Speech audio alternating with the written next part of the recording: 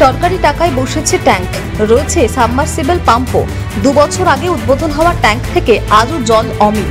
রাজ্যের মুখ্যমন্ত্রী সম্প্রতি জল বিদ্যুৎ অপচয় নিয়ে কড়া বার্তা দিয়েছেন। সেখানে দাঁড়িয়ে সরকারি অর্থ অপচয়ের অভিযোগ কাঁকসার পানাগড়ে।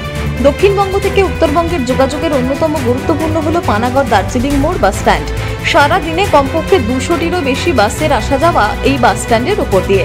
শতাধিক যাত্রীর আনাগোনা। স্ট্যান্ডের আশেপাশে নলকূপ না থাকায় পরিশ্রুত পানীয় জলের ট্যাঙ্ক বসায় পঞ্চায়েত কর্তৃপক্ষ। গত 2022-23 অর্থবর্ষে পঞ্চদশ অর্থ কমিশনের প্রায় 1,35,000 টাকা ব্যয়ে জলের ট্যাঙ্ক, ট্যাপ কল, সাবমার্সিবল বসানো হয়, কিন্তু উদ্বোধনের পর সেটি আর চালু হয়নি। মার্বেল বসানো থাকলেও ট্যাপ কল উধাও। গ্রীষ্মের গরমে চরম জলকষ্টে ভুগতে হচ্ছে পথ চলতি মানুষ সহ বাস যাত্রীদের। স্বাভাবিক কারণে ক্ষোভে ফুঁসছেন স্থানীয়রা। অবিলম্বে জলের ট্যাঙ্কটি চালুর দাবি জানিয়েছেন তারা। এ বিষয়ে রাজ্যের তৃণমূল সরকারকে নিশানা করেছেন গেরুয়া শিবির। ঘটনা প্রসঙ্গে কাঁকসা পঞ্চায়েত সমিতির সভাপতি ভবানী ভট্টাচার্যের সাথে ফোনে যোগাযোগ করা হলে খোঁজখবর নিয়ে অতি সত্বর সমস্যা সমাধানের আশ্বাস দেন তিনি। কতটা জরুরি এখানে জলের এই পাম্প? কতদিন আমরা হোটেল দেখে দিচ্ছি, হোটেল থেকে জল নিয়ে খাচ্ছে।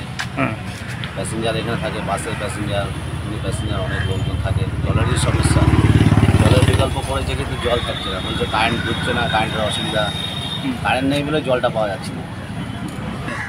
কতদিন থেকে এটা চালু? আজকে মোটামুটি 1-1.5 বছর হয়ে গেছে। কি কারণে কি চালু হয়নি? কিছু মোটর সবই লাগাইছে, কোনো কারেন্টের ব্যবস্থা নেই।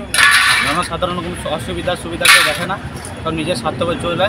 ঠিক আছে, আজকে নানা জায়গা থেকে সাধারণ মানুষ আসছে, বাসে যাচ্ছে, জল যাচ্ছে, জলের কোনো সুবিধা নেই।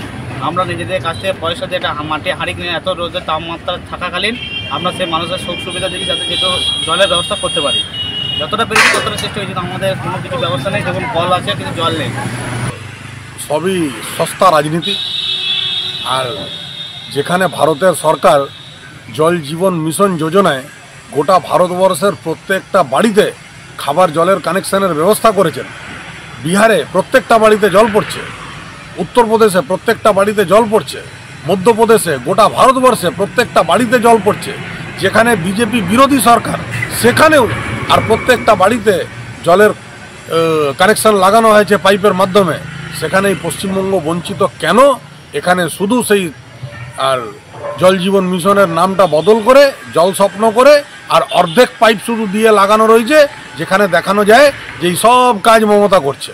অথচ পশ্চিমবঙ্গের বাসী আজও আর সামান্যটুকুন খাবার জল থেকে বঞ্চিত। আর দার্জিলিং মোড়ে যে ট্যাঙ্কের কথা বলছেন, এগুলো তো সব 15 ফিন্যান্সে বানানো, অর্থাৎ কেন্দ্রীয় সরকারের যে যোজনা সেখান থেকে বানানো হয়েছে। কিন্তু সেইগুলোও অকেজো হয়ে পড়ে রয়েছে, কারণ বিদ্যুতের বিল কে দেবে? আর শুধু এই না, আপনারা গিয়ে দেখুন, এরা যখন জল জীবন মিশনের কাজ করতে পারছে না সঠিক মতনভাবে, টাকাগুলো নয়ছয় করে নিচ্ছে, টাকাগুলো কন্ট্রাক্টরদের মাধ্যমে কাটমানিতে পরিণত হচ্ছে।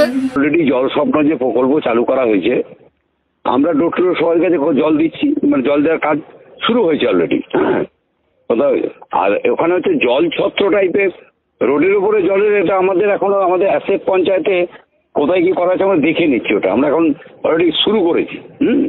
তো আমরা দেখে নিচ্ছি, আপনার কথা তো শুনলাম, আমরা দেখে নিচ্ছি। কারণ মানুষের জল, গ্রীষ্মকালে তো জল, রাস্তায় জলের ব্যবস্থা করতে হবে, সেজন্য আমরা করছিও, বিভিন্ন জায়গায় করেছি। তো ওখানে জল ছত্র মানে কি ব্যাপারে আমাদের খবর নিতে হবে একটু, কারণ আমাদের অ্যাকচুয়ালি আগেকার কোনো বোর্ড করে থাকলে আমরা জানি না। তো আমাদের বোর্ডের থেকে এখন কোনো ইয়ে নেই। আমরা অলরেডি আমাদের যে অ্যাসেট আছে সেই অ্যাসেটগুলো আমরা বিভিন্নভাবে নথিভুক্ত করছি। আমরা দেখে নিচ্ছি, তবু যখন বললেন আমরা ব্যাপারটা দেখে নিচ্ছি।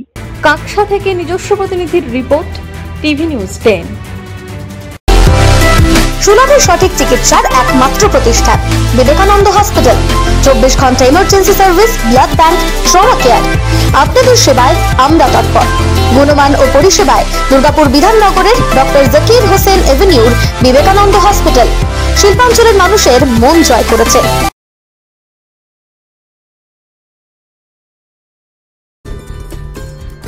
সহজেই স্বাস্থ্যসাথী কার্ডের মাধ্যমে সুচিকিৎসার একমাত্র প্রতিষ্ঠান citizen hospital, Bidhannagar, Durgapur. Helpline number 9800897855।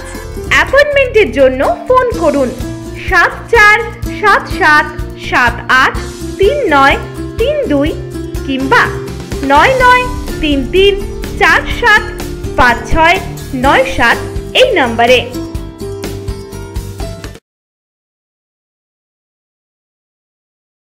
সবার আগে খবরের আপডেট পাওয়ার জন্য সাবস্ক্রাইব করুন আমাদের ইউটিউব চ্যানেল এবং ক্লিক করুন বেল নোটিফিকেশন আইকনে।